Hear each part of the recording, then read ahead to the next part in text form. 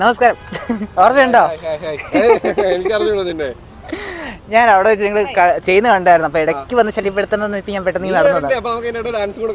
അതെ അതെ. എന്തുണ്ട് വിശ്വാസം അല്ലേ? അടിപൊളിയായിട്ടിരിക്കുന്നു.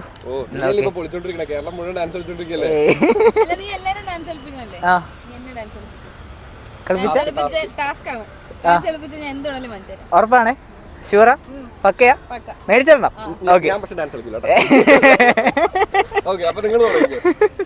ഓക്കെ അപ്പൊ സെറ്റ്.